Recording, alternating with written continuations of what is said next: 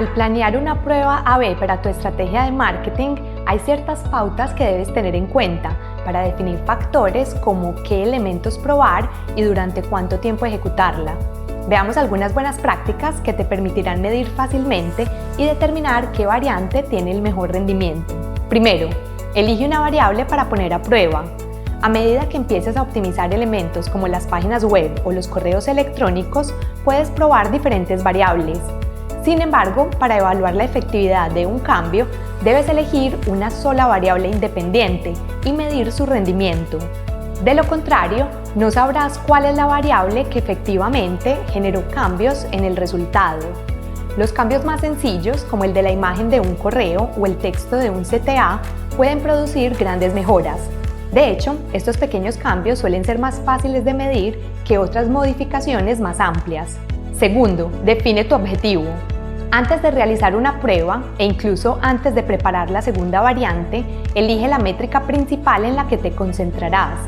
Esa será la variable dependiente, que cambiará de acuerdo a cómo manipules la variable independiente. Define cuál es el rendimiento que quieres que tenga esa variable dependiente al final de la prueba. Formula una hipótesis y examina los resultados en función de esa previsión.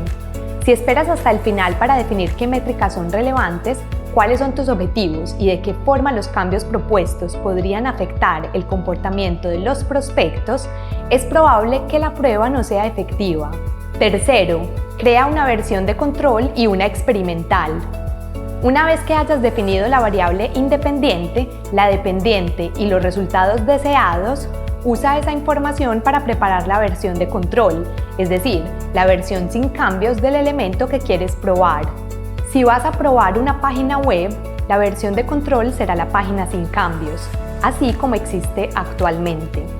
Luego, debes crear una versión experimental, es decir, una versión modificada del elemento, como el sitio, la página de destino o el correo electrónico, que quieras comparar con la versión de control. Por ejemplo, si quieres saber si la incorporación de un testimonio en una página de destino ayudará a incrementar la tasa de conversión, la página de control no deberá tener testimonios, mientras que la versión experimental sí. Cuarto, divide los grupos de muestra de forma equitativa y aleatoria. En las pruebas en las que tienes un mayor control de la audiencia, como las de los correos electrónicos, deberás definir 2 o más audiencias de igual tamaño para conseguir resultados concluyentes. Cómo lo hagas dependerá de la herramienta de pruebas A/B que uses.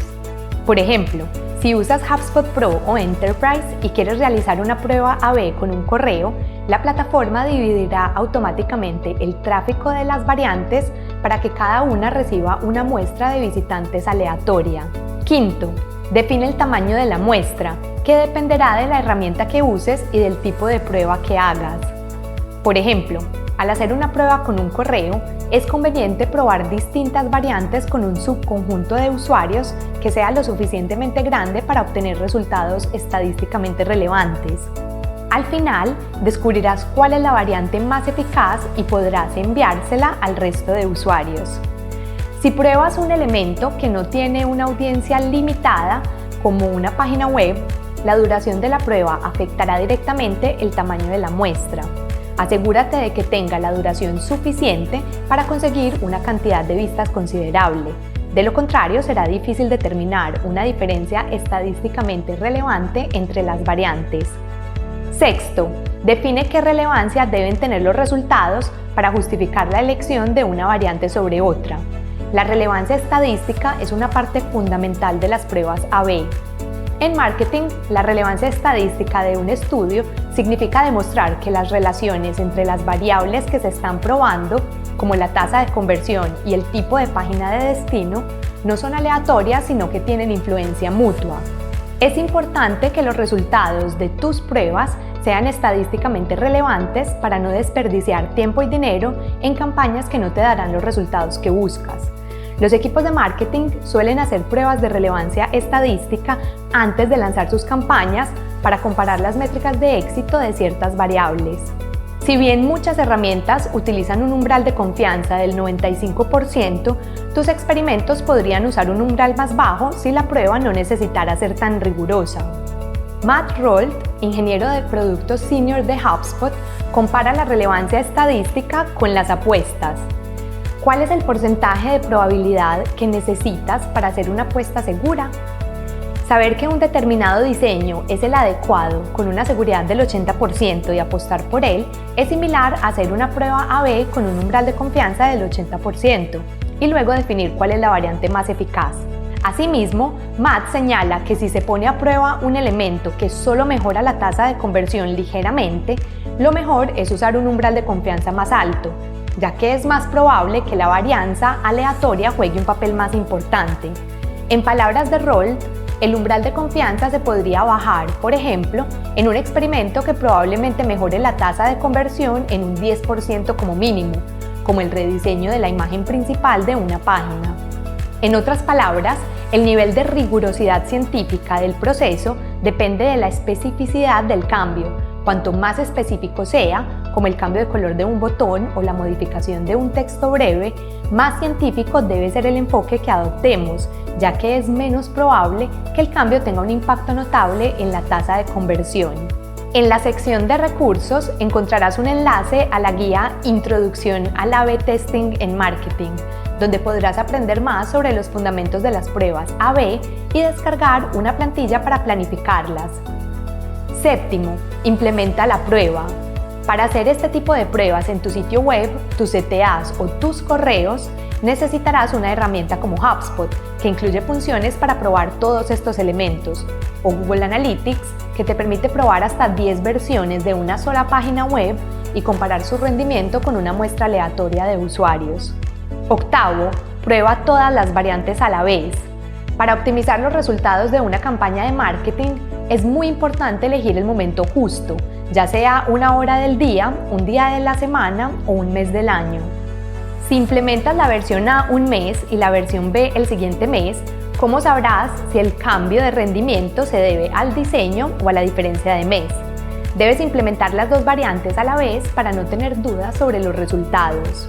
La única excepción a esta regla se da cuando la prueba busca comparar distintos momentos. Por ejemplo, si quieres saber cuál es el momento ideal para enviar un correo electrónico. Noveno, dale a tu prueba A/B el tiempo necesario para que produzca datos útiles. Asegúrate de que dure lo suficiente como para obtener un tamaño de muestra significativo. De lo contrario, te será difícil determinar una diferencia estadísticamente relevante entre las dos variantes. La duración adecuada depende de tu empresa y del modo en que ejecutes la prueba, ya que podrías obtener resultados estadísticamente relevantes en cuestión de horas, días o incluso semanas. El tráfico es un factor determinante para obtener resultados relevantes, por lo que la prueba deberá durar mucho más si tu sitio web no recibe un tráfico constante. Para terminar, veamos los pasos que debes seguir después de realizar una prueba A/B. Cuando analices los resultados, céntrate en la métrica principal, aunque estés evaluando diferentes métricas. Por ejemplo, si pruebas dos variantes de un correo electrónico y eliges la generación de leads como métrica principal, no te distraigas con la tasa de apertura o de click-through. Toma medidas en función de los resultados obtenidos. Si una variante es estadísticamente mejor que la otra, completa la prueba inhabilitando la de menor rendimiento en la herramienta de pruebas A/B. Si ninguna de las variantes que probaste afectó los resultados, marca la prueba como no concluyente. En este caso, quédate con la variante original o usa los datos del experimento fallido para realizar una nueva prueba.